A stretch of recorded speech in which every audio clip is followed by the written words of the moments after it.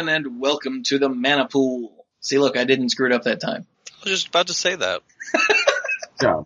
Episode 407. Haven't had to look it up to see what episode we're on yet, ever since 400. I just want people to be aware of this. There was a little bit of confusion because I wasn't sure how many episodes we'd done, but I still knew. Anyway, this is episode 407 of the Mana Pool, brought to you, as always, by CardShark.com, a better way to buy and sell Magic cards. You should probably, get on that. They made the announcement about Eternal Masters, so prices are going to go nuts! So get on it. When did that release? When does that release? When does that release? June? I can't remember. June or can't remember. It's one of those. Brian's probably right. I think it's a summer release. Oh yeah, that would make sense, wouldn't it?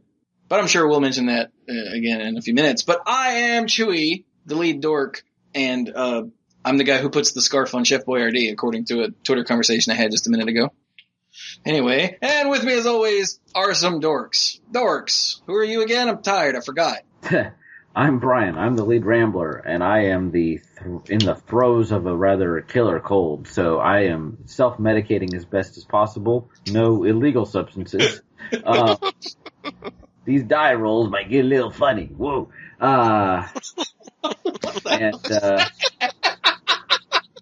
It's only illegal if you get caught, man. As your attorney, I have not true. I'm not your attorney, but give me 2 cents and let's there's some free legal advice for you. Subject to the laws of the state of North Carolina only. No representations. Blah blah blah blah blah. Who else is here? No taxation without Brian as your lawyer. Don't tread on me, please. I'm really sick. It wouldn't feel good. I'm Mike. I'm the rules guy and the game lore guy. Are you sick? No, I'm not sick, but this week at work I've been having to give away all my dams faster than I can grow them back, so it's difficult. Is that where dams come from? Do you grow them? Yeah. You might not have one left to give by the end of the week. Yeah. I'll be running very low tomorrow afternoon. Oh, and I'm Dirk, the self-proclaimed greenest man alive and moral compass of the group. And I'm also nursing something fierce. Mine is just congestion, though. So if I sound like that, at some point I go, and I accidentally don't forget to mute, I apologize. But that should be the least you guys will get out of me. Or that should be the most you guys get out of me. Is it bad that when Dirk says I'm nursing something fierce, the first question is Penny really that bad? How is little old Penny doing? There you go, I just muted for you all, but no, if Penny was bad off that I had to nurse her, that would be really bad. If you don't understand what I mean, go look it up in a book. Yeah, ask your parents, kids. Go ask your parents. So yeah. Anyway, so yeah, we're all a motley crew today. We're all here. How are you? we are all here. Some of us are tired. Some of us are sick. Some of us are sick and tired, and some of us are still, setting up structures with which to hold water back. So, hey, who is this? What's your identification code? Why aren't you at your post? It was a boring conversation anyway. Who talks first? You talk first? I'll talk first. I don't know, but I'm pretty sure Han shot first. Is there a quote from Deadpool? I haven't seen Deadpool yet, but is there an eminently quotable line? Is there a what? Eminently quotable line. Oh, there are a few, yeah. Okay. That's like 16 walls. Anyway, so, okay, this is bizarre. Also, I just got done recording the Deadpool episode with School of Movies that should be up next week. So that's awesome. Nice. It's very exciting. He picked on me. It was sad. I was made sad several times. Not because he picked on me, but I was made sad. Anyway, so that'll be out next week. I'll be sure to throw it out there on social media and whatnot. So, I think we should just jump right into the main topic since Brian wants to leave early. I don't want to leave. Come on, man. You're going to get me in trouble. So last week, at the end of the show, Brian teased something. I did. In a very obtuse way, which I think was the point. A little bit, yeah. So I don't actually remember what episode it was. I didn't look it up. Do you guys remember? The last one? You're talking about the actual... episode. I want to say we looked it up at some point, but I don't remember. We looked it up for the 300 retrospective, but... It was episode 1... Whoop, okay, it just blinked out. Here we go, episode 172. Adventures on Zendikar. Just to go ahead and give it away for all of you old school listeners. For some of you newer listeners, you're going, what's that? Well... Pause this and go look it up. Yeah, Brian was the planer guide, and Mike was playing by old rules, and it was a mess. But I'm going to turn it over to Brian now to just give the whole thing some scope. Brian, what the hell? Sorry, I realized I actually have to print something out real quick, so I was muting to print, and it's not done printing yet. So it's going to sound really loud. Hold on. You can cut this later. Wait, yeah, because I'll do that. We are totally professional here on the Maniple. After 8 years, you think we would have our crap together. You would think wrong. No. You'd imagine we were all prepared and knew exactly what we were talking about. Okay, sorry about that. Yeah, no, I mean, seriously, I have been preparing for this for a while now. We put it off 2 weeks just to make sure that we were good. And I'm sitting here and I'm like, where are the other pages? And I realized I only printed one freaking copy. So what we did back on that episode that they just gave you the number of, and I was listening, but I don't recall, was that for that very special episode, we basically took Magic and turned it into an RPG. A role-playing game, and not like Final Fantasy, like the sit-down tabletop kind of thing, but because it was only supposed to be... Like Wizards and Wyverns. Yes, good job. Because it was only supposed to be for one episode, I basically wrote a story, and there were a couple times where the characters could fight creatures and level up a little bit, and they could get stronger, but most of it, other than that, was... there were a couple decisions to be made that could lead to different branches, but it was kind of on rails. It was not wander around, do what you want.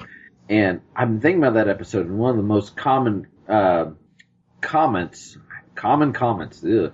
that's terrible phrasing. One of the most common responses to that episode was, "This was great.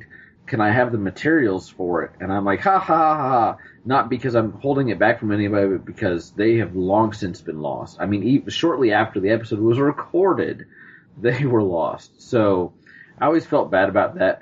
And every time I tried to recreate it, it just didn't feel right. So I talked to the guys a while ago about possibly revisiting the subject, but actually turning it into something a little bigger. Not quite, what did should we just call it Wizards and Labyrinths? Wizards and Wyverns. Or Wyverns, or Wyverns. Okay. I thought he was playing on the whole D&D thing. I thought he was saying, lizards and very confusing places. Oh, Lizards and Labyrinths works too, yeah. So,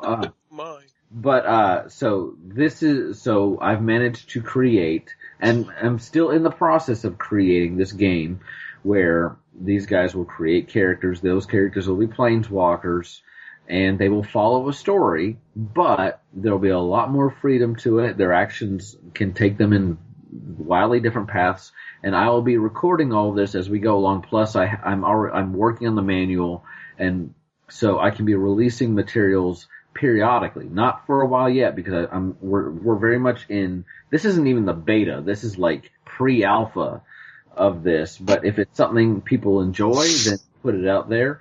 Hopefully, we will enjoy it as we're doing it, and the thought is that we will come to it every now and then. It's not something we're going to do for like the next 8 episodes, because I'm not prepared to do that.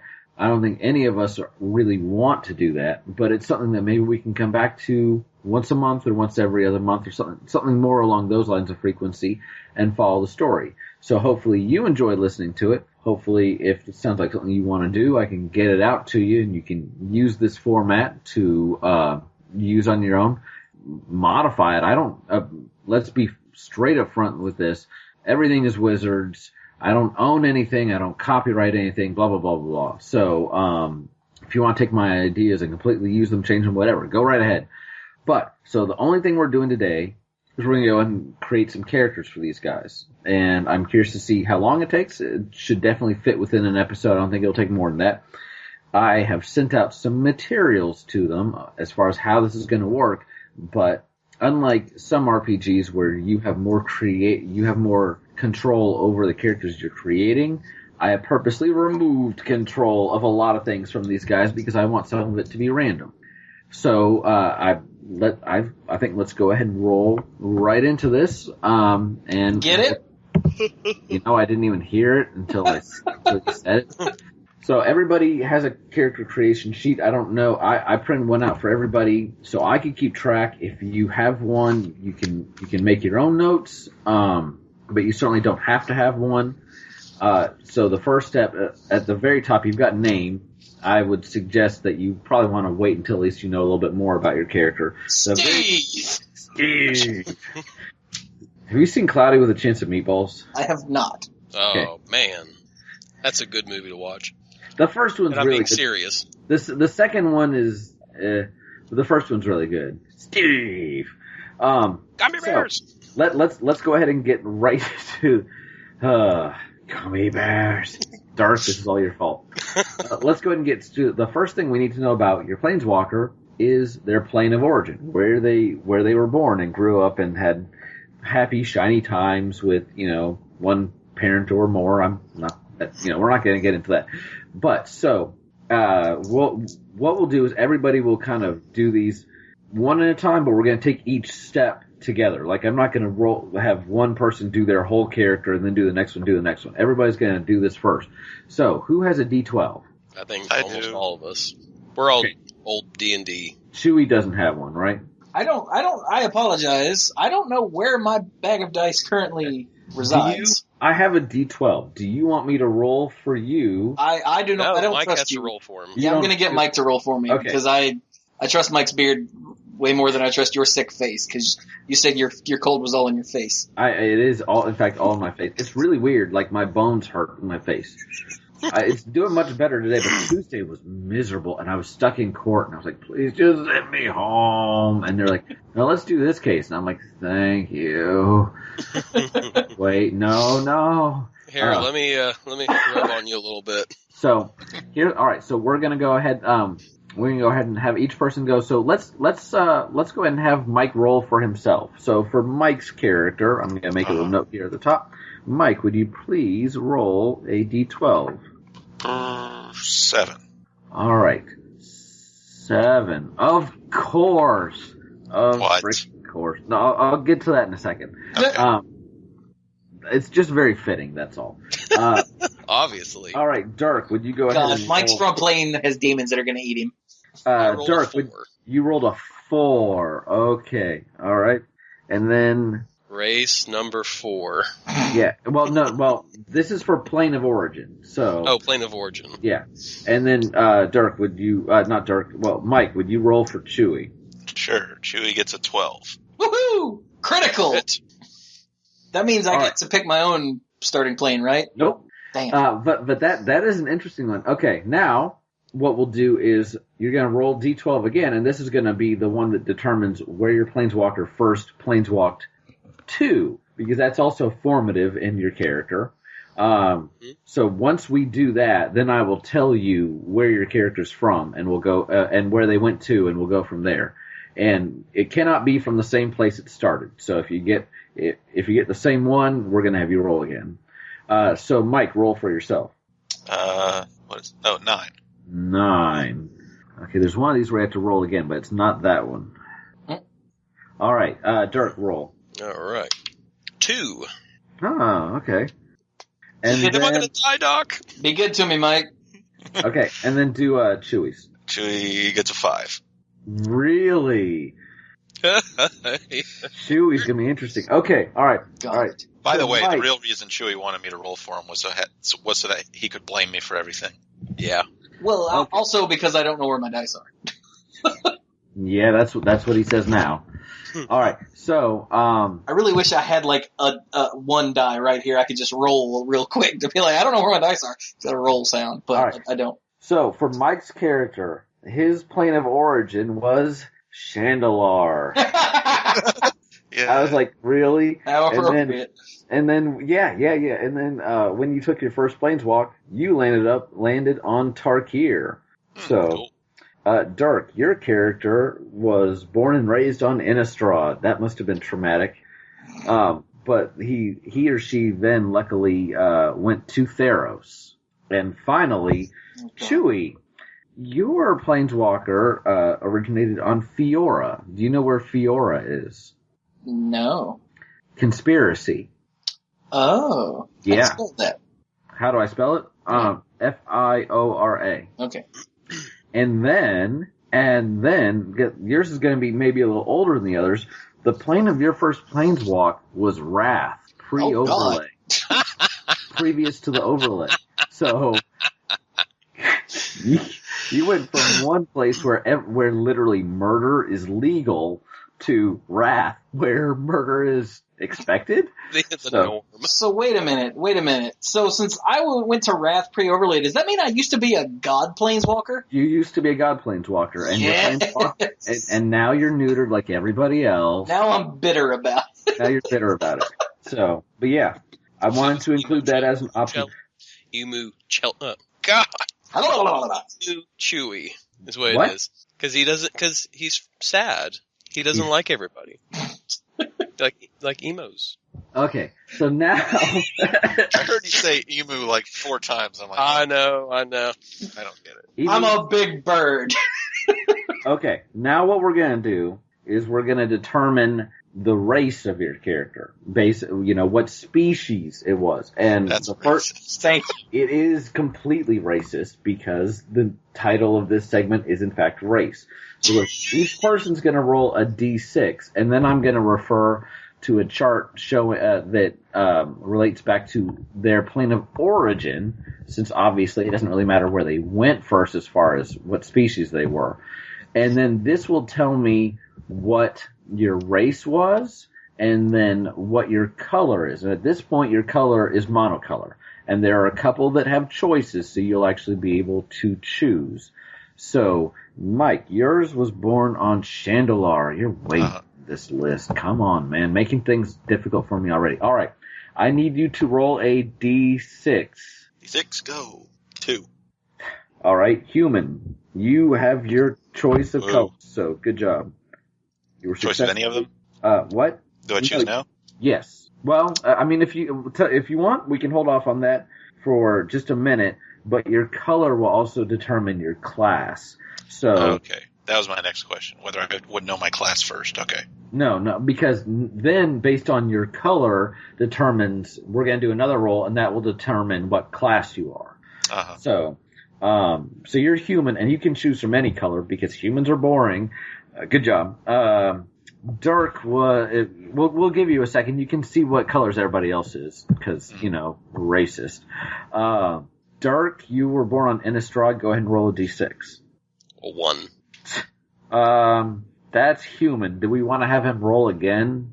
Nope, that's what the die says. Okay. All right. Human, you will also get to choose. Okay, Racist. and then, this is going to be the most vanilla group ever. All right, and then, Mike, roll for Chewie. Chewie gets a 6. Okay, all right. Really? Wow. Chewie is an angel. An angel born on Fiora that then went to Wrath. You're going to have an interesting backstory, that's for sure. And Chewie does not have a choice. His color is white. And in fact, as you may note under number 5, I think I left this in your notes, angels do not have a class. They get slightly higher stats, but they don't have a class. So Okay. Chewie does not have to worry about that. For you guys now, because you're both humans, you can choose any color under the sun, as long as it's one of the 5. And then we're gonna roll a d6 and see what your class is. Okay, let's see here. Well, since Chewie's white, he'll probably have access to a bunch of support abilities, even though he doesn't have a class. So, let's see. I'll choose red. Red for Mike. Okay. A human from Chandelar that went to Tarkir and is red, so that feels pretty appropriate. Yeah. Dirk, do you want to go ahead and choose your color, and then we'll have you guys roll? Yeah, I'll go ahead and go with green. What a surprise. I know. So, white, red, green. We are Naya people. Okay. Mike, now you're red. Please go ahead and roll a d6 for me. A 2. A 2. You are a soldier. A human soldier. Awesome. And then, what's your name? Dirk. You are green. Go ahead and roll a d6. 1. You are a human monk. Monk. So now I'm going to need just a minute because I've got to refer to like 3 different charts. So if you want to talk amongst yourselves really quick, I'll then tell you what your base power, toughness, and hit points are, and if you have any built-in skills. I wonder how long I've been muted. I've been just throwing out comments and nobody talked over me, so I just assumed everyone could hear me. I haven't heard you say a dang thing. Oh, not a thing. Mm-hmm. Huh. Okay. So, but talk amongst yourself real quick, and I'll get back to you in just a second. Did you hear my reaction to being an angel? Did that at least come through? No. Oh my god, I bet. We all sat here politely, and you didn't say anything. And oh my god. So apparently I was just, somehow I muted and didn't realize it. Oh, bow down to my heavenly power, bitches. I got no class. And then the Fire Nation attacked, I said, when Dirk was a human monk. No, we didn't hear any of that. Dang it. That's what I get for being polite and muting when my neighbors are upstairs making loud-ass noises. I'm like, I better mute real quick, and then never unmute ever. You know what's sad? I would try to go look up stuff on the Magic website, and it's not letting me in. So you know where I'm looking up information about? Like the Innistrad stuff? Oh, Wikipedia. It was like, I went to the because Innistrad's there, and it's tribes: humans, spirits, zombies, vampires, werewolves, humans, and it's giving all this stuff is that while green humans are typically monster hunters. I'm like, oh, so I'm a monk, but I potentially hunt monsters. Woot! That's cool. I could cast in the name of the Lord. I mean, that's what Van Helsing was, right? He wasn't a monk. He was a priest.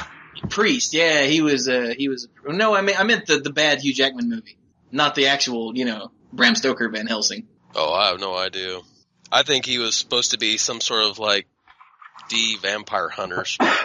Wasn't he like an angel or something? And then they made a reference that he used to be Gabriel, right? And then, or Michael, or one of those, and then not in Van Helsing, no. I don't think he was ever an angel. He's just an angry dude that hunts monsters and then is a vampire. Not vampire, werewolf. Spoilers. For this that's what my class is. I would have had to roll a 5 for werewolves. Aww. You could have been a werewolf, but you didn't roll the right number. So I have no class. Dirk's a monk. I'm almost done. I do find some of these rather funny.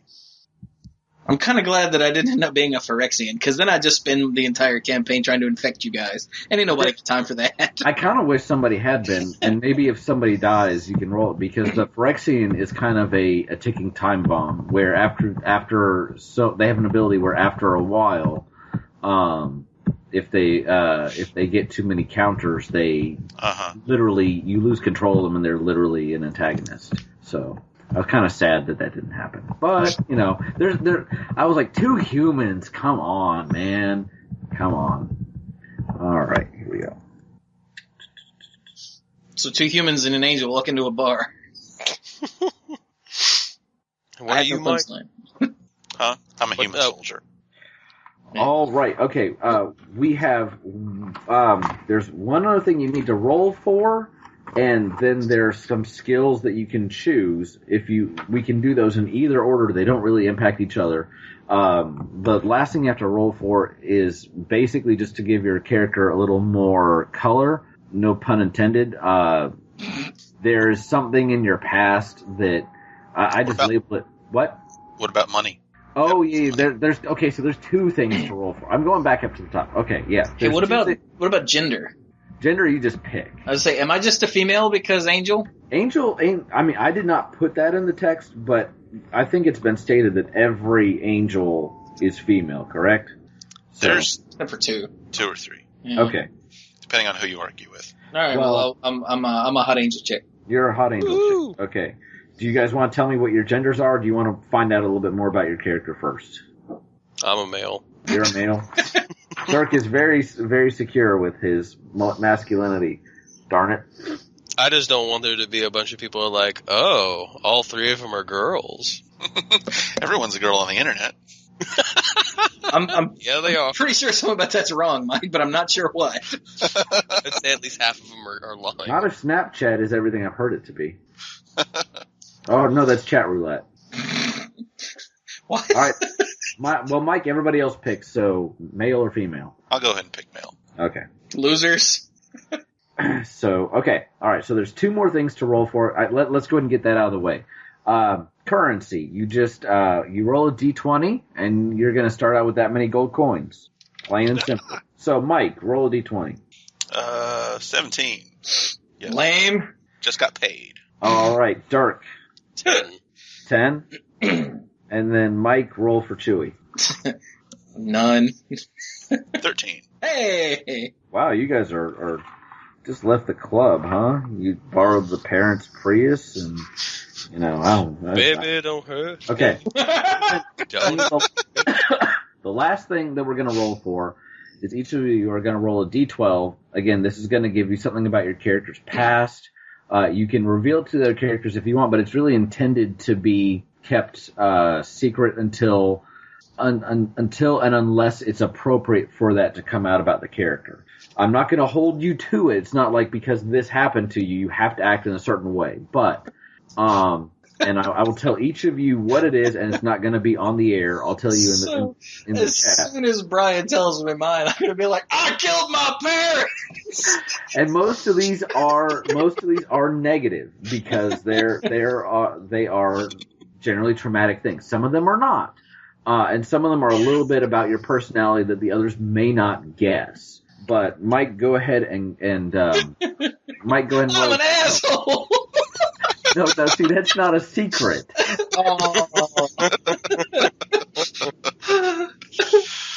Oh boy, I rolled a 2. You rolled a 2. You rolled a 2? Okay. Yes. All right, hold on.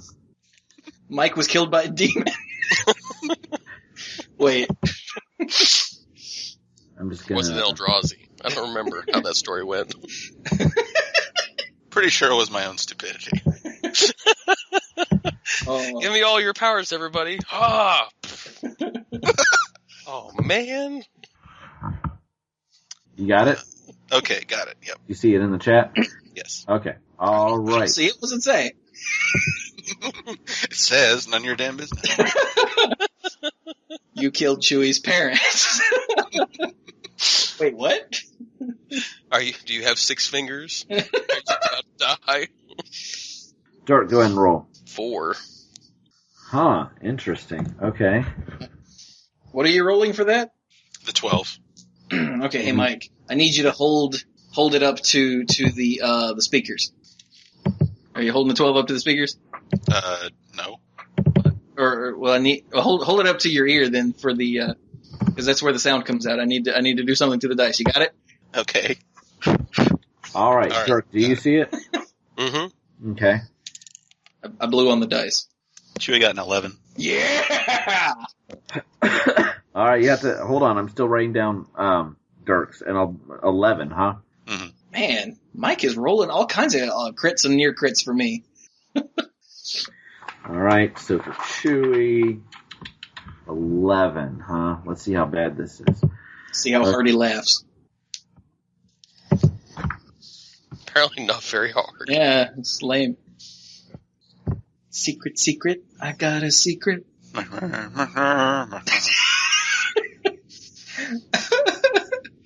They're watching me.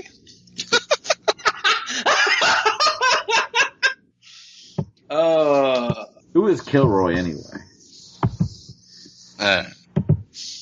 Oh, he's one of the Proto-Men. He's the guy out front. All right, Chewie, here you go. Better be good. I'm an asshole! It's true. There was a Dennis Leary song about that. I killed my parents. I killed Mike's parents. I killed all of your parents, is what Brian typed to me here. Huh. Just went from plane to plane. Some angel, huh? Yeah. All right, you can go ahead and write down for your starting mana sources. Each of you has 3 basic lands of your type. So obviously for Dark, that's forests. For Mike, that's mountains. And for Chewy, that's plains. As you travel, you'll make connections with other lands and will increase your mana, blah, blah, blah, blah, blah. So the source is the main line, you'd put forests. On the little line, would you put 3? You put 3, yes. Okay. And then how that's going to work, and we haven't gone really into the gameplay, but basically for each set amount of time, which is somewhat fluid, but especially for each what I'll call encounter, where you encounter basically a group of enemies, you'll have that much mana to spend. So you're not starting out with a ton. You'll get more later, and then you'll be able to spend that mana during that encounter, and at the end of that, or after you rest, you'll get some back. Also, real quick, if you looked over the materials, you might have seen the word exhaust, and I'm going to go ahead and tell you that now because it matters for what skills you pick. When you're in an encounter, you're taking turns as you normally would in a game of Magic, and you can choose to attack something or to, cast a spell or use a skill. If something says that it exhausts you, you do what it says, you pay any costs, and then basically you're tapped down for this turn and the next time you take a turn. And then you're back up and at 'em. Okay, so exhausting uses up 2 turns worth of actions. Yes. Okay. So I didn't want that coming back later and like, oh, you didn't tell me that. So, all right. So I cast a spell. So here's where everybody is at. Mike is a male human soldier, was born on Chandalar, and then planeswalked to Tarkir. He is red. He has 3 mounts to start with. His power, after adjusting for some bonuses, is 3. His toughness is 2. Ha, bitch. And his hit points are 3. Now, planeswalkers will have hit points. I thought about a couple different ways to do this. Basically, toughness is like an additional amount of hit points that regrow. And they have, when you're attacked or you're dealt damage, it comes off of your toughness first. And then at the end of an encounter, you actually get toughness back almost automatically, whereas damage for hit points stays on until it can be removed. Does that make sense? So, I just want to be clear about that. Okay, so again, a 3 power, 2 toughness, 3 hit points. Because you're a soldier, you start out with a physical skill of light weapons and the value of 2 for that. Okay. If you're equipped with a light weapon, when you attack, you get power plus 2 for that attack. Nice. And then you still have 5 points to use toward physical skills, 5 points to use toward magical skills, and 5 points to use toward social skills. 5? 5, and 5. Cool. That sounds like a lot. You can, and these, if you look at the skills, a lot of them say blah blah blah X, and when you tell me what X is, you're using that many points to acquire that skill. Okay, so that's the point. Okay, got it. Cooking 5. Others say costs X points, and those are the points you have to go ahead and cash in to get that skill, and those are usually set amounts. You have 17 gold, and you have a secret that I'm not telling. Dirk. Dirk, you are a male human monk. You're aligned with green, and you were born on Innistrad, but you planeswalk to Theros, which is lovely this time of year. Your base power is 2, your toughness is 3, and your hit points are 3. You have a magical skill, but I'll tell you about that in a second. You had to pick one that was a little more complicated. So, you also have 5 points in physical skills, magical skills, and social skills to use as you want. You have 10 gold points, you have a secret. Now, because you're a monk, you have an innate magical skill. It's called Concentrate, and I believe it's on your skill sheet. You pay 3 mana of any color, so in your case you can use all green. And then what you do is, let me make sure I'm actually reading this correctly, because I think I was doing that from memory, but I want to make sure I'm saying this exactly correct. It's undercolor. You exhaust this planeswalker, and then you get a random physical skill for your next 3 turns. And for that skill, all instances of X are 1. So you have the benefit of you might get any physical skill, but you're going to be exhausted the turn you use this and then the next turn. So you basically get to use it for another turn unless somebody has a way of refreshing you, which removes you from exhaustion. So it's a bit of a roll of the die. I know how much you love that. Okay? And then Chewie.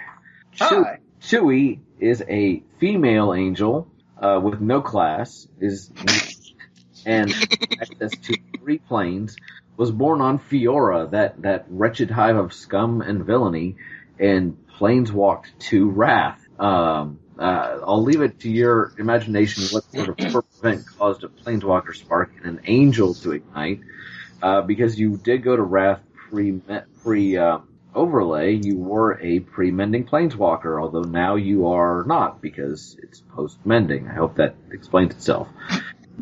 Your base power is 2, your base toughness is 3, and your hit points are 4. Okay, there we go. I'll say, what kind of a lame-ass angel am I? Okay, there we go. And then for physical skills and magical skills, you have 5 points apiece in each of those categories, and you have 6 points to spend on social skills. You don't have any innate abilities except, hold on, you do have, where is it? Come on. I did not record this at the time, but I cast a spell. You do cast a spell at the darkness. Am I drunk yet? Are there any girls there? Sorry. I failed to note this down. You have flying as an additional skill. And that's a physical skill. It can't be learned, so congratulations. And flying says, if another creature without flying attacks you, that controller rolls a d6, a result of less than 5, ends combat immediately, because you're just too far up. Ooh. So yeah, you get some pumps there, but you also have no class, so, which we already knew. I want to learn the dive bomb skill. Alright, so, you've got your points, and I would now ask you to look at these skill sheets and tell me what you want to spend them on. And you will, of course, get more as the game progresses, but this is at least to get started. For the physical skills, the top ones that don't have a cost, are they not accessible? Are you referring to the ones like with X in bare them? fist, light weapons? The cost is however many points you decide to put into X. Oh, Yes. gotcha. I did not spell that out very well in the manual, so I'll have to go back and revise that and make that clear. If it says blank X, then you choose X as long as X does not exceed the points you are spending on it. Now, of course, once you've made this decision, you're locked in. You can't later change it until and unless you get more points to put toward these. So I'm guessing we can only use magical skills of our color and colorless, right? That is correct. Okay, good. I'm like, I won't kindle rage because I'm an angel. Wait. No. No, that's not the question. How easy is it in general to make new mana connections? That we're going to have to play by ear. I don't want it to be happening like every 5 minutes. Like, I feel a connection here. I feel a connection there. Okay, I mean, I'm just wondering if I pick a magical skill that I can't pay for yet, is it going to screw me, or am I not going to have to wait? I tried not to put any in here. You might not have access to it on the first play session, but you should by the second. Okay, that's fine. That's good. In other words, Mike is wondering if active treason would be a massive waste of time. Yeah, exactly. I think I'm done picking my skills. I was doing it while you were talking to the other guys. Should we go ahead and do Mike's, or do you want to wait until everyone's ready? You can go ahead and do Mike's. Yeah, go ahead. Okay, Since all right. making the listeners listen to us waffle about nonsense. All right, Mike. So let's start at the top. You said that you've already got light weapons too. Yeah, for free, and you said I had 5 more points to mess with. Yes, right? that's correct. Okay. So I decided on trekking 1. Okay, trekking of 1. Tracking 1. I was like, I shouldn't put these two right next to each other because that's just going to screw me up. No, you shouldn't. Yeah. And exploit weakness. All right, let's. Okie dokie. From a magical skills, I chose burn, and active treason. Burn and active treason. If the others are still taking a second, we want to run down these real quick and just explain. Oh wait, hold on. You still got social. I don't know why I'm like blah blah blah blah blah. So social skills. Social skills. Deduce truth 2. Okay. Because that's very red. Yeah, cooking 1, and stealth 2. Hey, you're gonna be glad when you're out in the wilderness and somebody can actually cook. You know. Oh man. Now again, anybody can do any of these skills. It's just these are buffs. So if you don't have the buffs, you're more likely to fail and fail miserably. I have a question about cooking. So you said I had 6 social points, right? If I pour 6 into cooking, does that mean that I could take an old shoe and turn it into a gourmet meal? There's a very high likelihood that you would be the Bobby Flay of the multiverse. You could. An old shoe might be a bit of a stretch, but how about a new shoe? You'd make. Oh, come on, man, that's too easy. No, you'd make the best old shoe stew anyone had ever had. So if you. But again, I just want to be clear about that. Not picking a skill doesn't mean every time this comes up, oh, you just can't do this. It just means you're not very good at it. Yeah, if you don't pick stealth, it doesn't mean if you're walking along you go clump clump clump hello every few seconds. That's true. Okay. So we'll do the others need a second, or just since there's people listening, I'm going to run through these real quick. You said I had 5 physical, 5 magical, and 6 social, right? That's correct. Okay, good. Okay. So Mike is chosen. He already had light weapons 2, which of course gives him a bonus when he's holding a light weapon when he's attacking. He has trekking of 1, which basically adds 2. Let me make sure I have the description in front of me. Trekking, which includes sense of direction, hiking, climbing, and swimming, and those related activities. And you're basically adding 1 to skill checks for related actions, and tracking of 1. So, when you're looking for something more specifically. Yeah, when you're trying to follow something. Exactly. And then exploit weakness, which here costs 3 points, and it's a passive ability. When this planeswalker attacks, if the defender is exhausted, the defender takes 2 damage, just straight off the bat. It does cost 3 points, so that's why his trekking and tracking are... But that sounds like a lot of damage, so... Yeah, but keep in mind the opponent has to be exhausted, or it may not matter at all. Yeah. For red spells, he's chosen Burn, which costs 1 in a red, to just straight up deal 2 damage to target creature or planeswalker. Some of these abilities I tried to lift straight from cards, some I didn't. You wouldn't imagine how hard it was to find a red spell that for 2 mana dealt 2 damage and didn't do anything else. Burns it, and it's half of Turn and Burn. Mm-hmm. So. Well, you can split up the damage from burn, can't you? No, nope. I'm thinking of fire. Never mind. Yeah, you're thinking fire. Yeah. And then active treason, which costs 2 and 2 red, which is why he was asking, I assume, about getting more mana sources. And it causes a target creature to attack another target creature or planeswalker. So. Wait, go get it. So was there a reason you didn't go with the actual mana cost of active treason? Just for balance? Balance. Okay. To make one thing murder something else, possibly, yeah. So, and again, I wanted to make sure, will you be able to use it? Yes, but will you be able to use it the first time we do this? No. So. Okay, got it. And then deduce, these are all just, social deduce skills. These are all just add X to skill checks for the related actions, but basically you're good at deduce truth, you're able to get people to, tell you the truth. There's a class that has that innately, and I'll leave that to your imagination.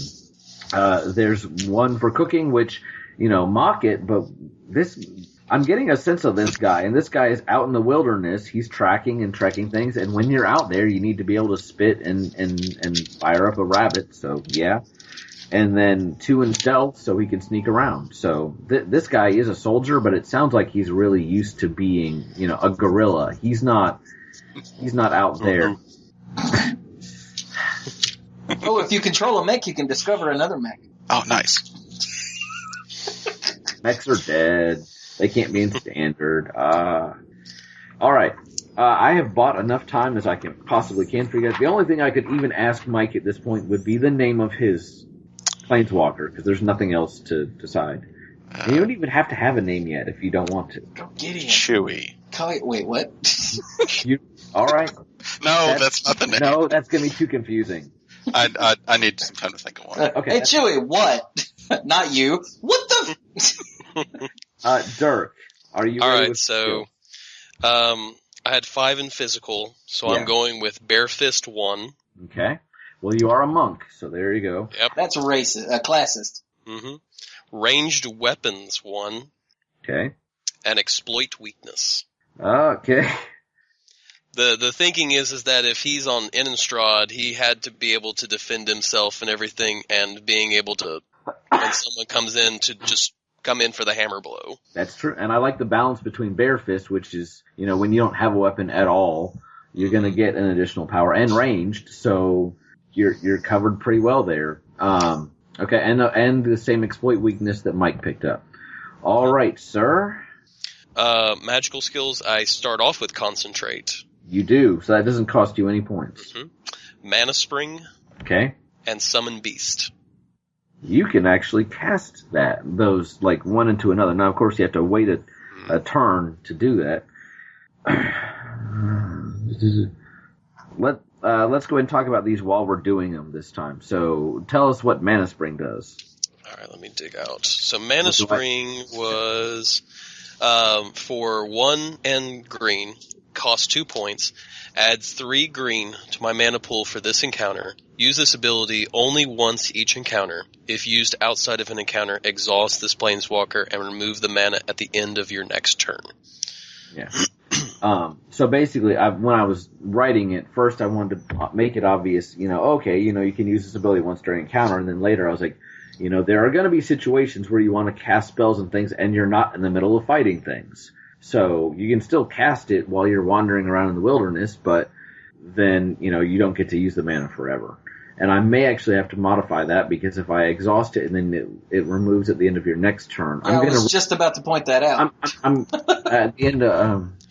If you're outside an encounter, how important is exhaustion when you're not in an encounter? You might not need to say it that way. I'm once again, to the listeners who think that this is, I want to make it clear, this is not a polished product. I put a lot of time into this. I hope it shows.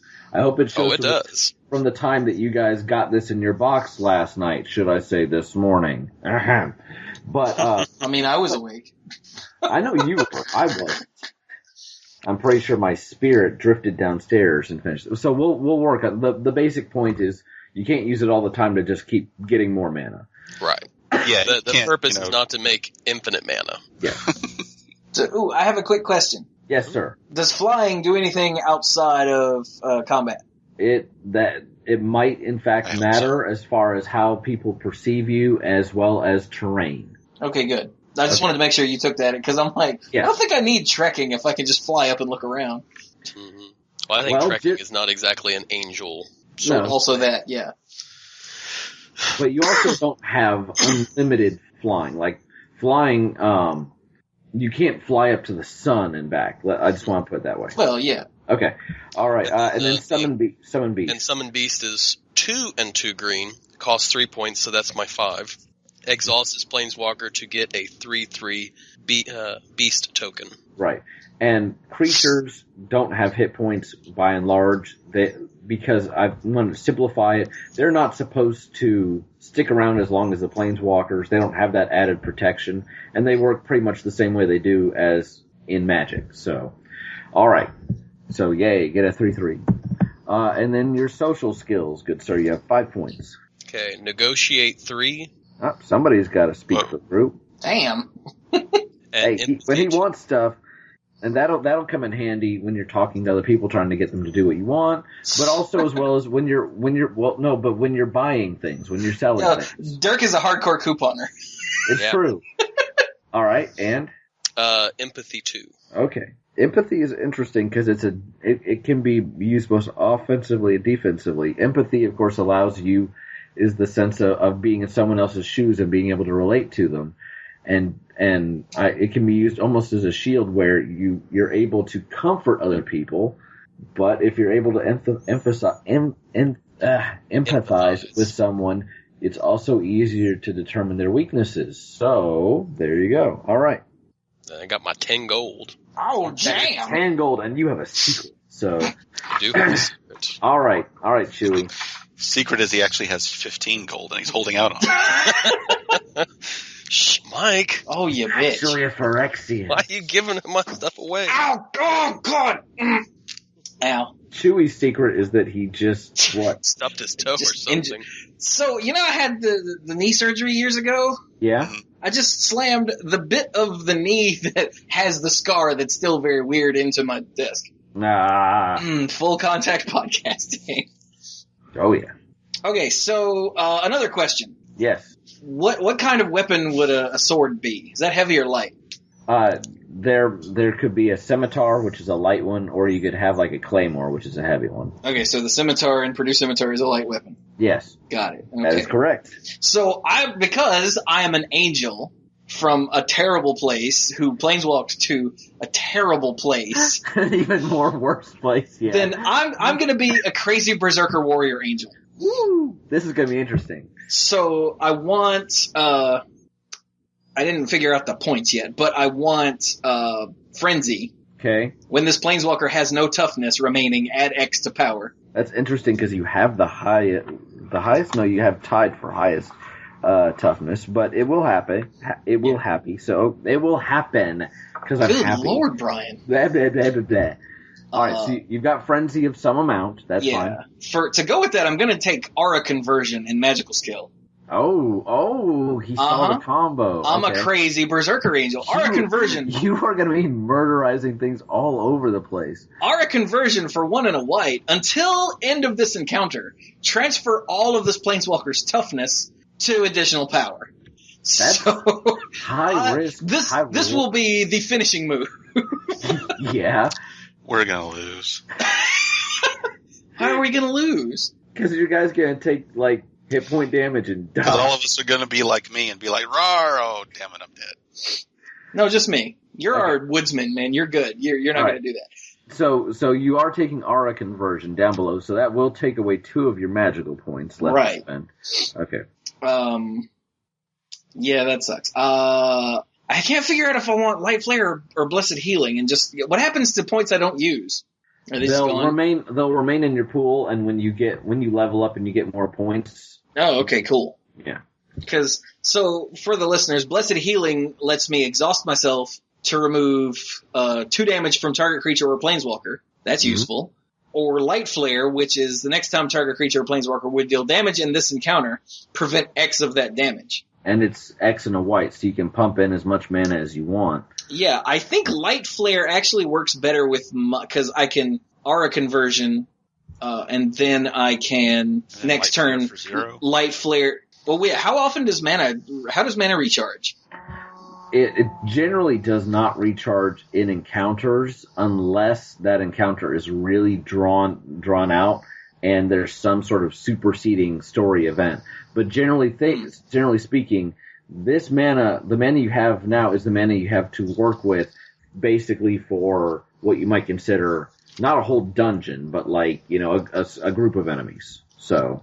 I mean, just keep in mind, in any RPG, a level 1 character is going to be a total worthless goon, so don't expect to be awesome right out of the gate. Okay, I think that's what Chewie's going for, though, with some of these, is like the one-hit kill. Well, I have never played a tabletop RPG except for episode 172. So. Even in video game RPGs you played. Yeah, but I can't. Level 1 characters suck. I can't make that conversion in my head, because level 1 character, it might not suck, shut up. I can kill Goombas no matter what level they are.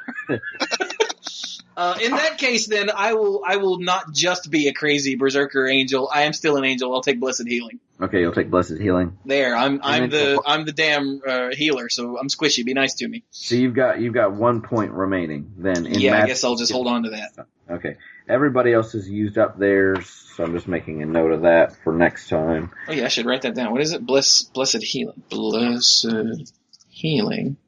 Yay. What's the that other actually called? costs 2 and a white to cast and exhaust you because, healing things is not supposed to be super easy. Okay? Aura Conversion, okay. And I've got you down for Frenzy of some amount, but you haven't decided what yet. Okay, Frenzy something. Yeah, let me go back. Scroll. Okay. So again, I'm an angel, so I'm going to take heavy weapons. Okay. Because I want to smash things with my giant ass sword. So that's frenzy, heavy weapons, and what is excavate? What is ore? Where does ore come from? Ore can actually be excavated from the ground if you're in the proper place, specifically in places like the mountains where ore is more common. Excavate can also be any activity. I almost had it as a social skill for a while because a lot of those are the skill checks. But excavate is a very physical activity. So, it's digging in the ground if you really want to get technical. Okay. Well, I'm an angel, so I'm not even going to be on the ground most of the time, so screw that. That means I'm not going to be producing any scimitars either, so that's good. So let's see. I don't need trekking or tracking or excavating. I guess, let's see, I have lots of HP, but intercept really doesn't mesh with the character in my head.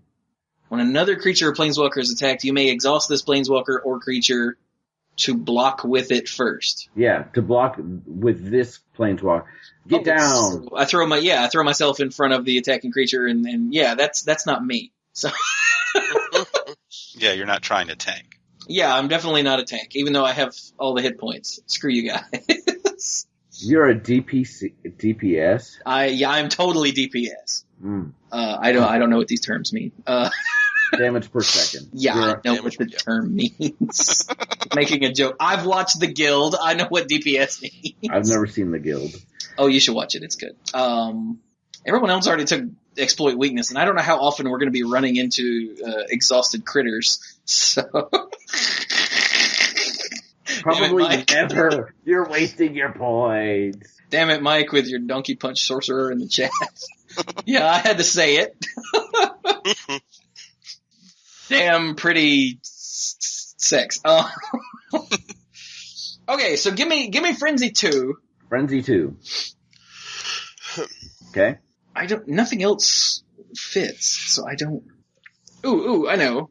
Chances are we're gonna, since ore is mentioned so many times, I'm guessing that ore is just gonna be a thing that is around, right? Yeah, pretty much. We will be dealing with. Yes. Okay, then give me, what did I say? Heavy weapons? Give me 2 there. Okay. And give me Forge. All right. Forge seems good. Which is sacrifice an ore to give a creature or planeswalker a +1 boost to power or toughness. That seems good. Yeah. I like it. Okay. And I already don't remember what I said. I said Frenzy 2. Frenzy 2, Heavy Weapons 2, and Forge, which cost 1 point. So you've used them up.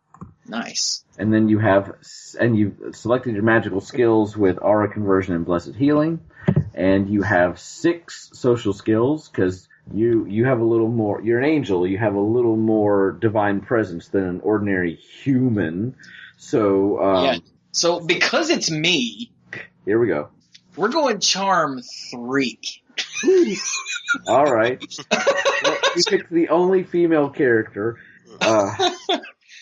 Oh yeah, I forgot about that. But because it's me, and I am a charm. I can't say that on the show. I am all kinds of charming. We're gonna go with Charm 3. And charm in this setting is a little. I've tried to distinguish it from just general charisma. This is more about attraction and more about, well, let's face it, sex appeal. So. Oh yeah, I'm dead sexy. Yeah. So this just means I raise the hemline of my angel skirt and I drop the neckline and bam, there we go. When I say I'm dead sexy, listen, I mean me. I don't mean my character. Screw her. I am dead sexy. Let's see. I'm still an angel. Throw in a spiritual awareness 1 because I should know that sort of thing, right? You probably should, yeah. So I have 2 points to play with. Yep. So let's see. We already got negotiate. We already got some deduce truth. We already got some cooking. We already got some stealth, right? Yeah. Some, yeah. I feel like I should go with bluff because I'm an angel, so I'm a nice, people, and I'm sexy, so people trust me. So but you're also a really scary, like, hell-raising angel, and I can see bluff being appropriate there too. Come at me, bro. Yeah. Well, because people I'll bluff that I'm a nice, happy angel, and then I'll smash their face. So give me. Are there any others that I want? You'd think deduce truth, but nah. I don't care who's lying. Yeah, throw the other two in bluff. Chewie's like, I'll do the lying around here. Thank you. Damn right. Okay, so what I got bluff 2. Spiritual awareness 1 and charm of 3. Ooh. Damn right. Wow. This is going to be for a really interesting game, I think. So, all right. So these characters are created. Why don't you just let me know what your characters' names are, as long as they're appropriate for the show before the next time we get together. I hope. My name is Tits McGee. My name is not Tits McGee. All right. I hope you guys, the listeners, have enjoyed this. I hope that this kind of... I have one more question. Yes. The starting possessions. I know we have the gold, but a couple of the classes got things, and you guys didn't. So we are not those classes. You will be able to purchase things so with you your... gotta buy stuff. All right. You gotta buy stuff, and you'll have an opportunity to do that fairly early on, but we'll wait until we actually get into the story for that. So...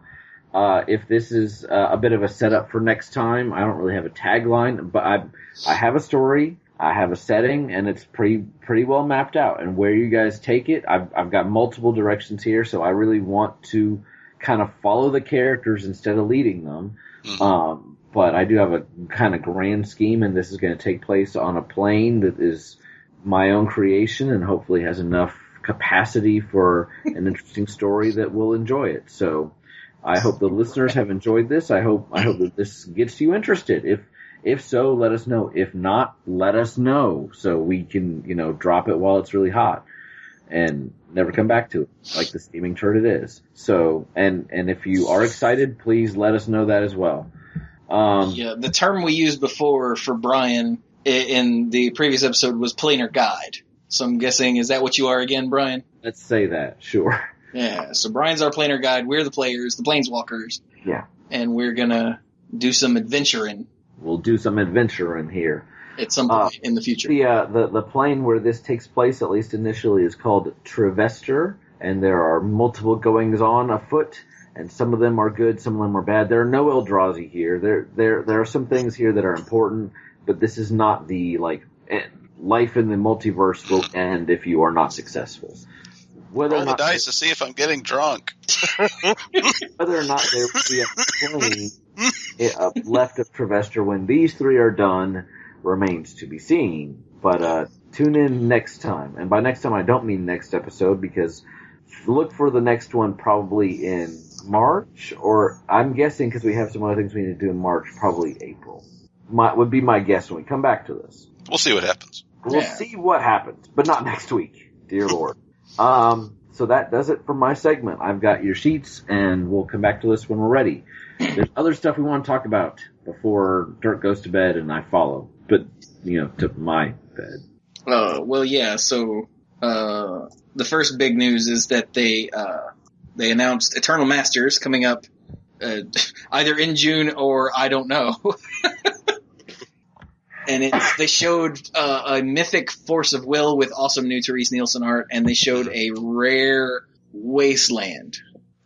With what looks like the Modern Masters version of City of Brass being destroyed. Yes, which is cool. Awesome.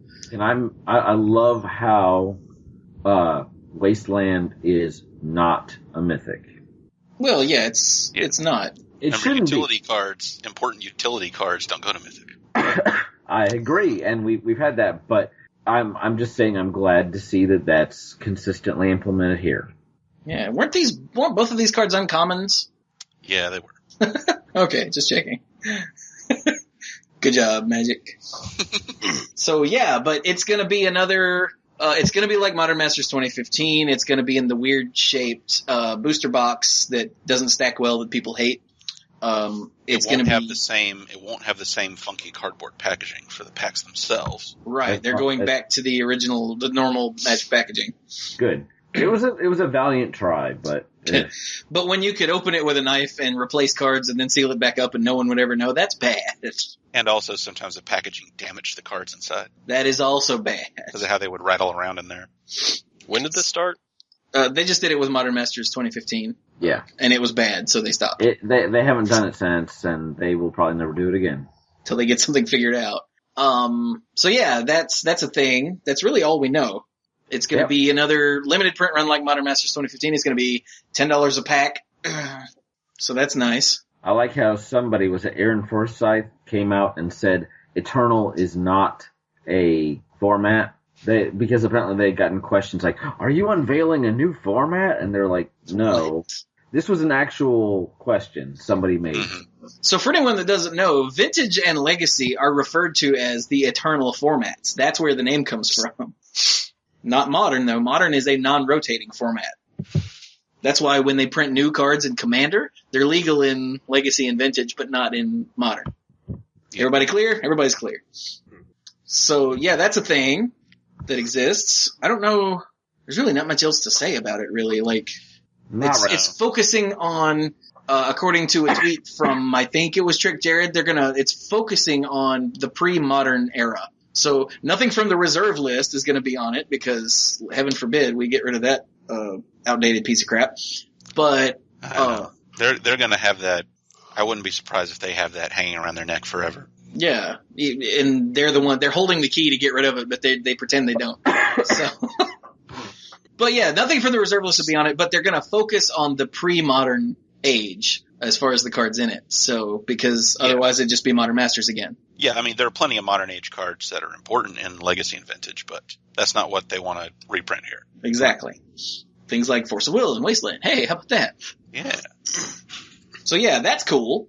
The other big thing was not big of itself. They temporarily unavailable. Well, screw you, Wizards website. I was wondering if you were seeing that too. The Wizards website is currently unavailable for me. I'm assuming that's right for everybody. So they released the dual decks list for Blessed versus Cursed. Mm-hmm. And they have, in those decks are some cards from Shadows Over Innistrad. Not Brian Dirk, please don't die. Yeah, I know. Okay, no doubt. And I would love to talk about those preview cards, but... Yeah, so the cards themselves are what's important is the new mechanic. Plus there's a demon that's going to end up killing Mike, but... Yeah. But that's always the case. But yeah, the mechanic is called Delirium, and it's really cool. So if you heard this on Monday Night Magic, I apologize, but it's so Innistrad, the original Innistrad was like the graveyard block. Yep. Or at least the first two sets were. Where things going into the graveyard, things coming out of the graveyard, things in the graveyard flashback is just lots of graveyard related shenanigans. Yeah. And it looks like we're going to have at least a little bit of that in Shadows Over Innistrad. And that's awesome. Because Delirium is an ability word, so what actually happens is different every time, but what it's looking at is the same. And Bill called it, it's Goyf Threshold.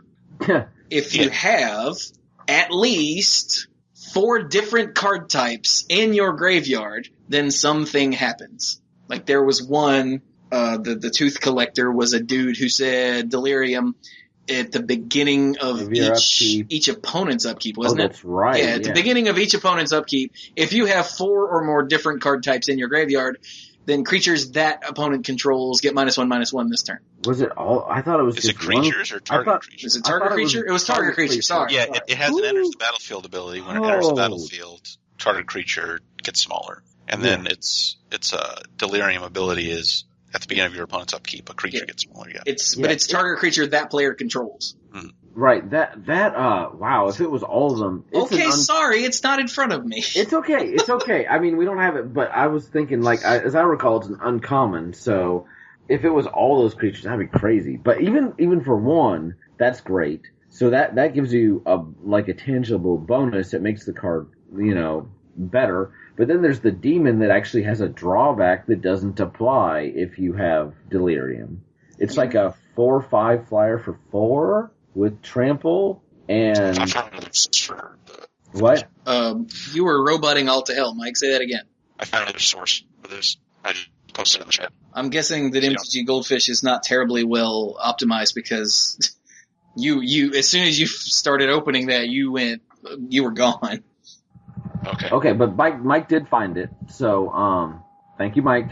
Can I scroll? Wow, my thing. So it's a 4/5 flying trampler for 4, 2 black. Right, and when it shows up, you mill yourself for 4. to try and get to delirium. So Mike likes it. Yeah. And it helps you get to delirium, so. Yeah, and then at the beginning of your upkeep, you lose 4 life unless you have delirium, which that'll be what kills Mike. He's gonna delve something wrong or something. Yeah. Someone's gonna bolt him in response to the ability. Just something. This is gonna kill Mike. It's gonna be great. I find delirium really interesting because, like with Threshold, you knew you're gonna get there. You know, it's a set number, and absent from cards being exiled from your graveyard, you're gonna get there. But with delirium, you might hit, 3 lands and then 3 sorceries and then another land, and you're like, So it feels a little more random and a little more skill-based at the same time as far as how you build your deck. Mm-hmm. And that's got some really interesting tension to it. Not to mention, cards that you play, especially Sorcerer's Instance and cards that you sacrifice will end up there. So there are ways to control it. So I think it's really interesting design. There's another card with Delirium here as well, the Toppelgeist. For a single white, it's a flying 1/1 spirit. When it enters the battlefield, tap target creature an opponent controls, and at the beginning of each opponent's upkeep, if you have Delirium, tap target creature that player controls. So it's much like the Tooth Collector in that you get the effect and then you keep getting it during each other player's turn as long as you still have Delirium. Toppelgeist is just a very good card, objectively, in my opinion. Oh, without a doubt. In limited, for 1 white, tap that and get a flyer is playable every time. And then that's without Delirium. It just as a little, hey, get in there. You might make the argument it needs to be a little bigger, but then you throw in Delirium, and that's just crazy. And the art is so cute. Like, I feel like the Toppelgeist should be going, boop. Tipping over the candle. I like it, and I like how the ones behind it are already all down. Yeah. Yeah. Whereas the Tooth Collector is just creepy. I got something for you. Oh, God! Got everything you need. I'll buy it at a high price. Oh, my God, I was just about to say, what are you buying? Not enough cash, stranger. I never did shoot one of those guys to see what would happen. He falls over, and you're like, oh, crap, what just happened? Damn it. And then you exit the room and go back in to respawn because you buy some stuff, and he's still dead. And you're like, damn it. Yeah. And you have to reload your game. You're like, oh. Even the ones that were infected, I never shot one to see if a thing popped out. Because I was afraid he would never come back. No, I did that on accident one time. I saw something way across the room, and I just pulled out the sniper rifle and was like, bam! And I'm like, oh, jeez. Oh! Resident Evil 4, by the way, everybody, in case you didn't know that. Yeah, I had no clue, so. Oh, you didn't? Okay, yeah. So glad Mike wasn't actually just I thought this was like I shot a man just to watch him bleed. I mean, we're not saying that's not the case. There's 3 other cards here. Just want to talk about them real quick.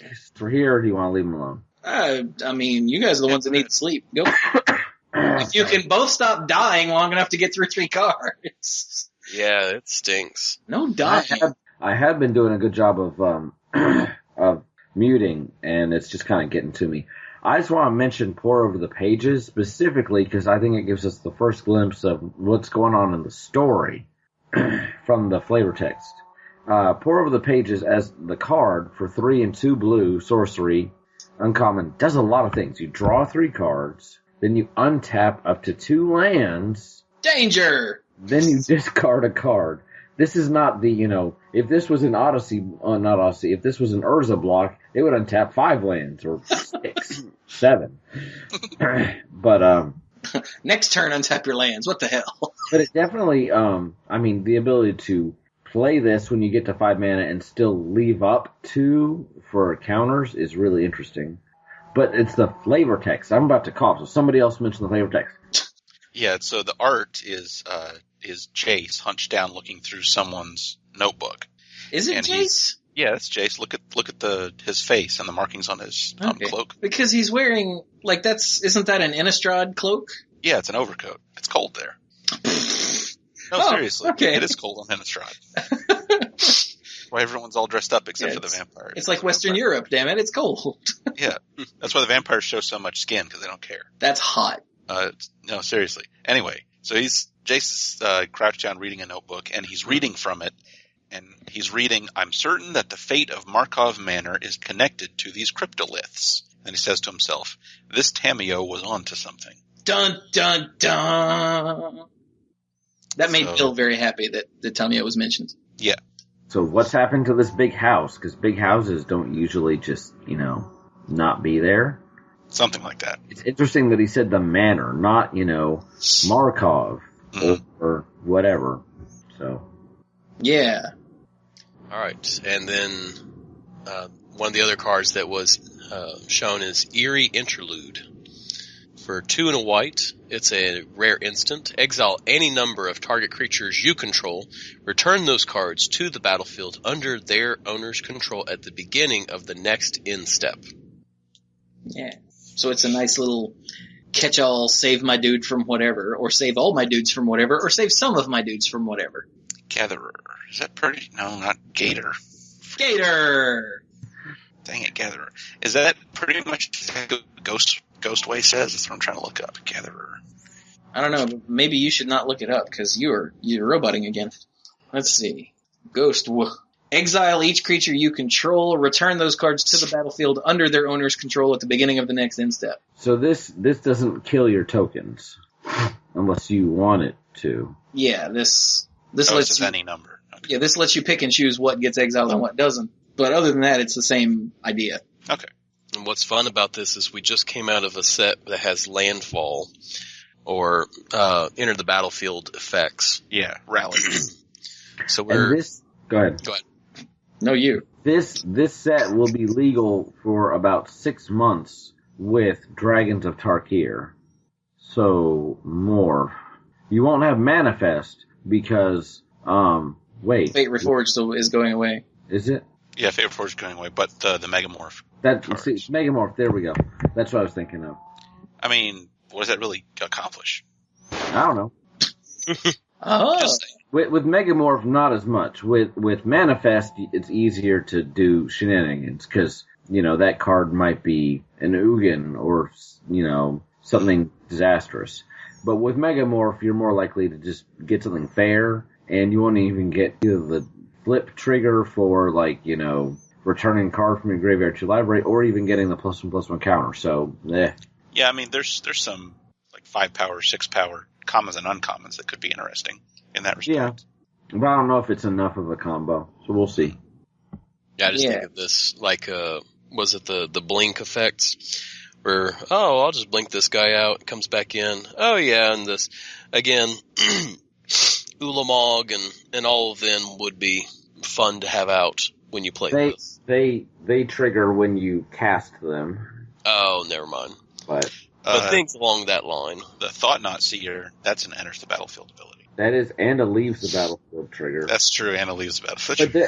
But basically, you take their best card, they then get to draw one, and then you still then get to take whatever the next best card is. So you actually still have perfect information. So 60 turn clock, Anyway. And then the last one is Compelling Deterrence.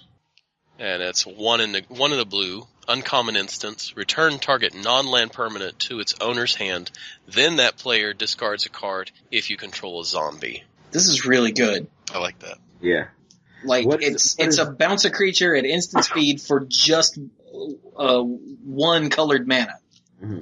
And the whole they discard a card if you have a zombie is gravy. Yeah, it's not bounce a creature, it's bounce a whatever. I mean, permanent. It's not a land. And that means in limited, when you do have zombies, it's going to be just brutal. Yeah. Mm-hmm. I like this a lot. And the imagery is just kind of funny. Yeah. It's almost like some Stitcher decided to use a zombie instead of a scarecrow. Yeah. Because even the name is Compelling Deterrence. So it's like, hey, you get off my lawn. Yes, ma'am. Oh, jam. I'm looking forward to the set. I mean, I loved Innistrad. Part of me was a little disappointed when they announced the set only because I was like, now we've got 2 sets in a row where we're kind of going back to places we already know. But between, where are we now? Zendikar. Thank you. And now Innistrad. But I loved Innistrad. It was one of my favorite blocks of all time, bar none. So I am very excited to go back. So. Yeah, I get the feeling that they went Zendikar and then Innistrad. They picked 2 of the most popular blocks and most beloved blocks just to show people, hey, look, see, this 2 blocks a year thing is good, right? Yay, you love us, yay. Try to ease everyone into it. I think if they do Ravnica next, then people will just be, like, lose their freaking minds. Although the last time we went to Ravnica was right after Innistrad. Because they literally were like, talking about, here's what's coming up in Avacyn Restored. And oh, by the way, here's one picture of Jace and Niv Mizzet. And everybody's like, ah! Avacyn what? Avacyn what? Huh? Because, there's other places, and then there's Ravnica. Yeah, I don't think we'll be going back anywhere again in a third set in a row. So hopefully we'll get a new world. Yeah, but Innistrad good. Maybe one day we'll go back to Kamigawa. Maybe. Or Old Grotha. Dude, the latest developments article this week had a return to Homelands or return to Old Grotha or something on it. And I there was that split second where I went, oh! And then I went, oh, he's just messing with us. What a jerk. Screw you, Sam Stott. So is there that's all the news that I had in that I left in the Monday Night Magic show notes for us. Real quick. Hang on. I gotta open the link. Come on. Why does this not give me information about? It's an organization. I don't care what the organization is. Here we go. No, this is for last year. God almighty. So what are you trying to tell us about? Okay, here we go. The 2016 Hunter Burton Memorial Magic Open in Arlington, Texas. Here's the event. God almighty. Okay, it's March 26th in Arlington, Texas, and it's the 3rd annual Hunter Burton Memorial Magic Open. I try to mention this every year when it comes around. It's to benefit. Hang on, I wrote it in the money. It benefits the American Foundation for Suicide Prevention. Mm-hmm. And yeah, it's in Arlington, Texas at the Arlington Convention Center, March 26th. It's Modern Masters. No, format is standard for the Swiss rounds and Modern Masters 2015 booster draft for the top 8. Ooh. So yeah, that's event cost is $30. It's got $8,500 in cash prizes. Oh wow. So yeah, but it's a big memorial tournament they do every year, and it's for a good cause. And so by all means, everyone check it out. I will put this event rather than the organization page in the show notes for anyone in or around Texas that is interested. I highly recommend you check it out. And bam, now it's in the notes. Ha-ha! But okay, that was it. So should we final thought it up then? Sure. Yeah, I guess so. I was about to say, am I muted and don't realize it? No, I was muted, so. I think Dirk and I are both. Oh my God, Dirk. Yeah, I'm struggling a little bit too. I think I'm gonna go and say goodnight, everybody. And I've been talking a lot, and it's making it worse. So I'm gonna go and say goodnight, everybody. Good night, baby. Ugh. Yeah, I've done enough coughing on this episode that I've developed a headache. So it's definitely not from the episode itself, but oh my gosh, mine is not, I'm not sick, I just got sinus drainage, and it just drains into my lungs, and the next thing I know, I just can't breathe. Or I breathe, and it's like a feather in your lungs, so it makes you start coughing. As a matter of fact. I think he muted so he could cough. Yeah, so you don't have to listen to me. Final thoughts. There's nothing in particular that comes to mind that is that. Although I will say it is kind of interesting to do this character creation thing with Brian, because I'm very interested in curious as to how everything will go. Like, I'm looking back going, oh man, I could have done this, and everything. Well, we'll run with this and see how it goes. I didn't realize you had chosen exploit weakness, Mike. So I'm like, oh man, I should have gone and done something else. Oh, well. But it'll be okay.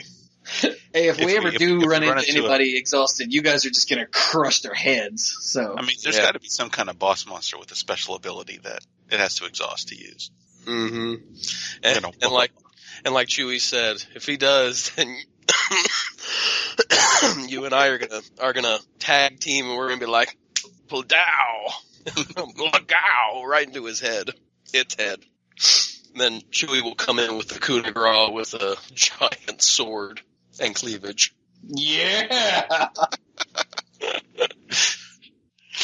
Cleavage, that word means two things. Mm-hmm.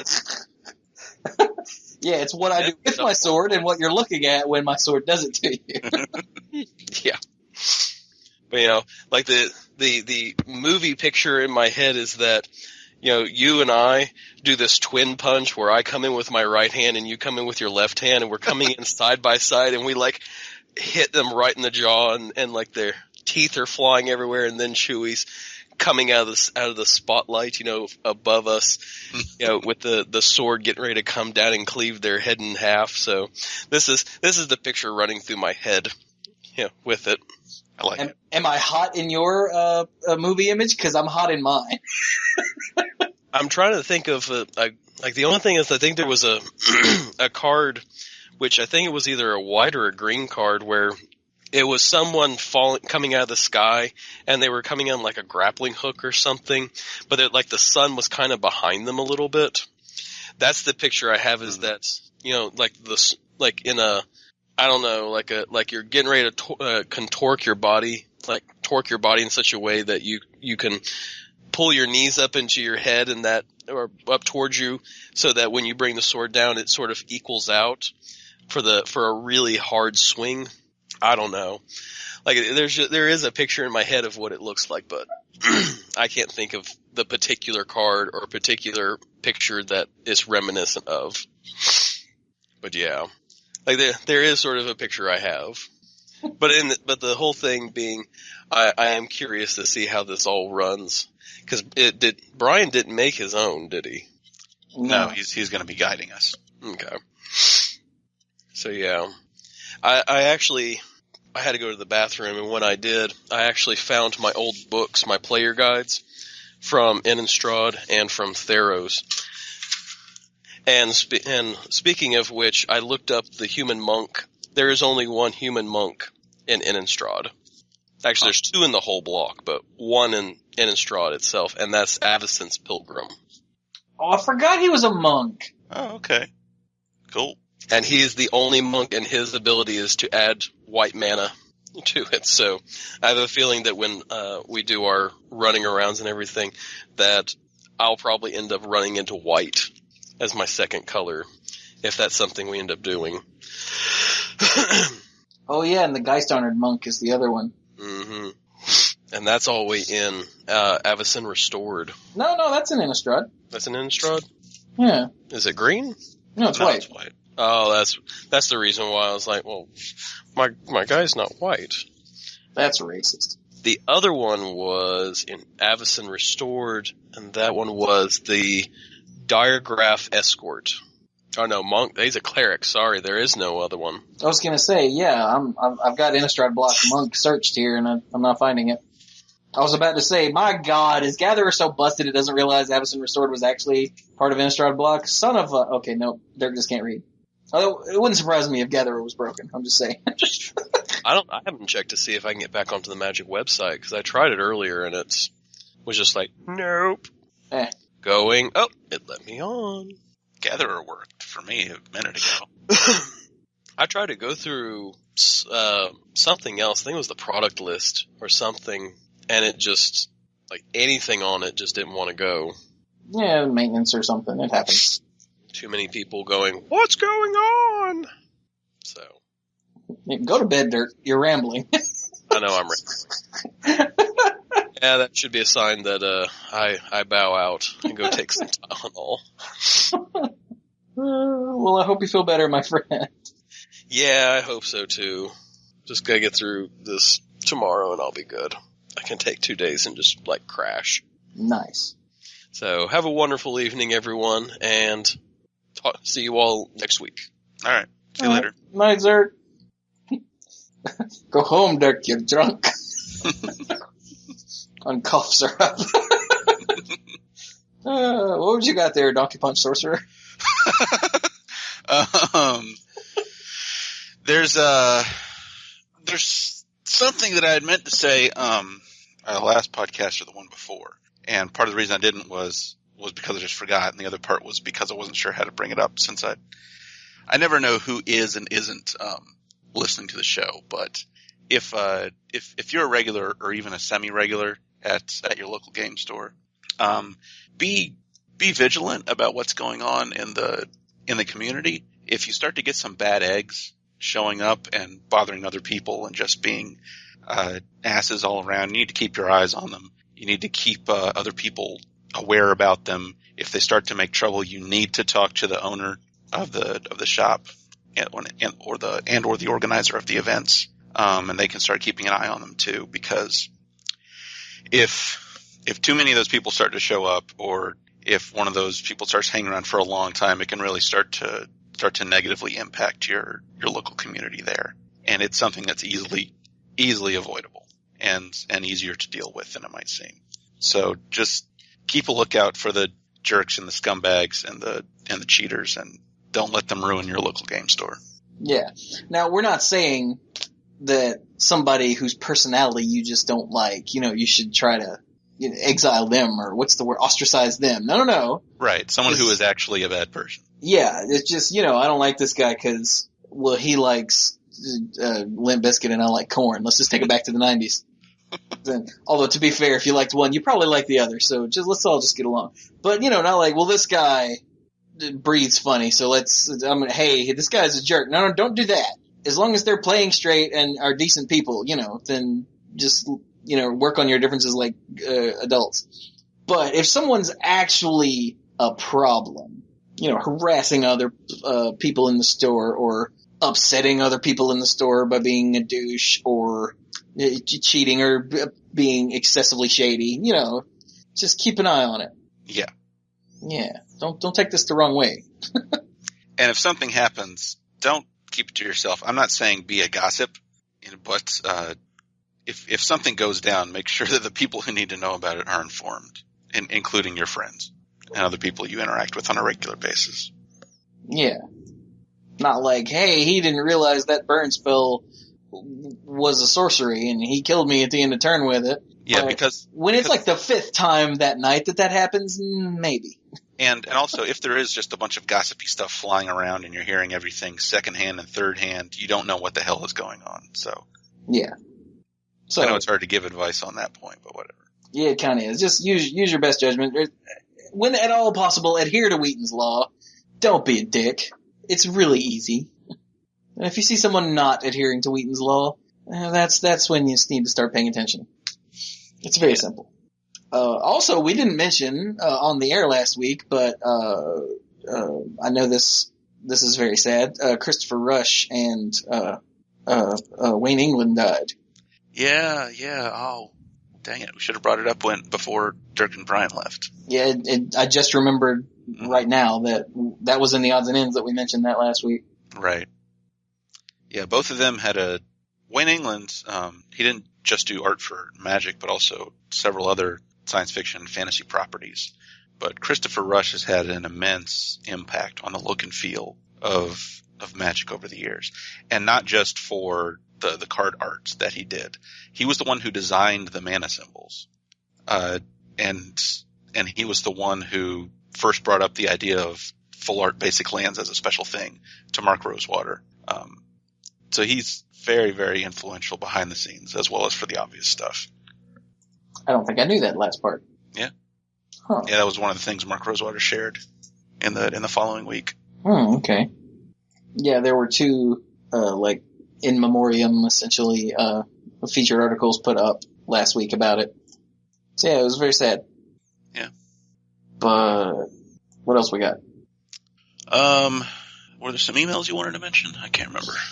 Oh yeah, but it's already late. And the other guys are gone. And the other two are gone. Yeah, we didn't get to that in time. We got some emails about the old versus new Zendikar episode from last week that I wanted to talk about, but that'll have to wait till next week now. So if any of you still would like to give us your opinions on the old versus new Zendikar, then by all means do. Yeah. I do want to point out, Austin said that old Zendikar feels like a Fallout 4 game, while new Zendikar feels like Mass Effect. That was pretty awesome. I was like, that's what I was talking about. Fallout 4, you can just experience the world and do whatever. Mass Effect is more story-driven. Mm-hmm. Yeah. So nice. But we'll get to that next week, like I said. So send us an email. Let us know, like Brian said, about the new RPG thing. It'll be something that we devote one episode to every however often. It will almost certainly not be more than once a month. Probably be less than that. So it's not like we're going to turn into a Magic RPG podcast. That's not it. So yeah, let us know what you think and if you're at all interested, and that'll be awesome. So hey Mike, what else did you have? What else did I have? Nothing really. Oh, okay. In that case, so you can... How about all the social media stuff? So you can send us an email to dorks@themanapool.com. You can follow me on Twitter @themanapool. You can check out the Facebook page at facebook.com/themanapool. You detecting a trend? Because I'm detecting a trend. There's the YouTube channel is youtube.com/c/themanapool. And speaking of YouTube, I'm very excited. I told the long rambling story before the show, but I can record consoles now. And I'm very excited about the possibilities that opens up. I recorded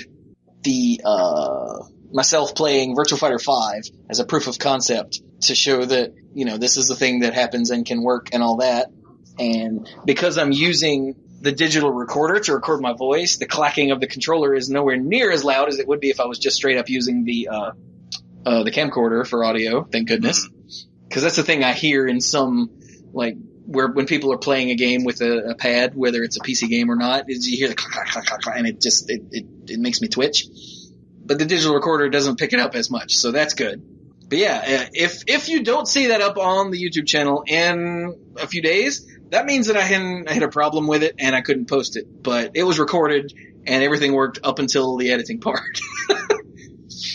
So at the end of that video, I offered up a choice for the listeners or the viewers, rather, it's a video, of what game on the 360 I should play next. I gave 3 options, but now I don't remember what they were.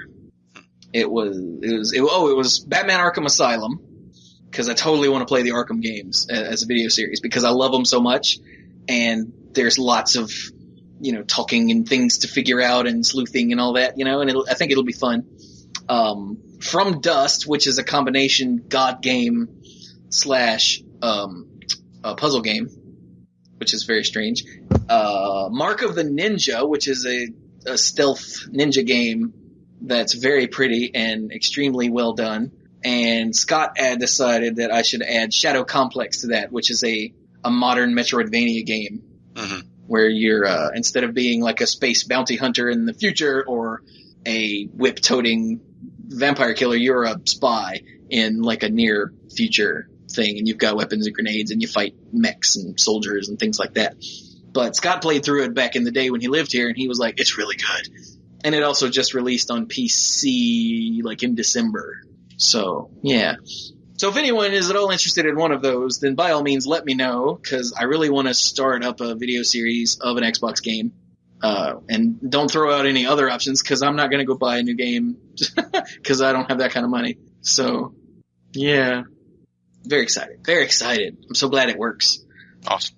Odds and ends people will soon know about the god-awful struggle I had to go through to make it work. But a big shout-out to Mike Masalski, or Salsky, and Billy, who helped me. Salsky sent me the recording box to make that happen way back in the day, and I finally got around to it. And he and Billy really helped me out figure all this out. And they actually just started a YouTube channel. It's called It Might Be Gaming. They've got, I think, like 5 or 6 videos up now. They like literally just started. But they're playing Bloodborne and Final Fantasy X, I want to say. Yeah, it's Final Fantasy X. Because they only play the newest hype of stuff.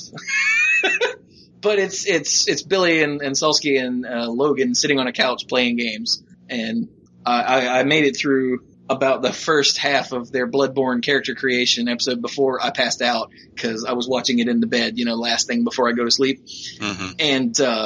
And it was really funny. I remember giggling out loud at least twice, and then I woke up in the morning looking at it, and I was like, oh, so, it's not glowing praise, but I've fallen asleep watching people that I desperately love when I'm watching in bed, so don't read anything into that. I fell asleep staring into Mike's eyes once. Aww. I don't think Mike knew about that, so never mind. Anyway, so we're gonna go now. But yeah, let me know about the RPG, about future Xbox videos, about, what was the other thing? Wasn't there another thing? About Mike's eyes. Let me know about all these things. And yeah, if you want to help support what I do with all the videos and the podcasts and all that, then check out the Patreon. You can get Maniple shows and videos early. You can get the odds and ends, which is the stuff before and after the podcast for both the Maniple and Monday Night Magic. It's basically just behind the scenes of us talking about whatever the hell comes to mind. Mm-hmm. And yeah, it's good fun. It's great fun. And every little bit helps. And I really do appreciate it. And yeah, I will shut up now. Mike, tell me shut up. Stop that. Okay. Oh, yeah, and be sure to keep an ear out next week for the Deadpool episode of School of Movies, because I was there and it was awesome. Yay. They made me sad many times. Very sad. So, and by the way, if you're over, 18, you should go see Deadpool if you haven't. And if you're not old enough to get into our movies, don't go. There were so many kids at the Deadpool showing that I went to. It's like, what the hell, bad parents? Like, they're with their parents, mind you. I'm mean, like 10 and 12-year-olds. I'm like, did they not look at the rating for this movie? It was bad even for someone my age. I'm 35. Anyway, there was pegging involved, all right? There, I said it. Wow. Right? Anyway, so this has been episode 407 of The Maniple, brought to you as always by CardShark.com. Better way to buy and sell Magic cards. Thank you all so very much for listening, and go play some Magic, or Magic RPG, or Wizards and Wyverns, or Lizards and Labyrinths.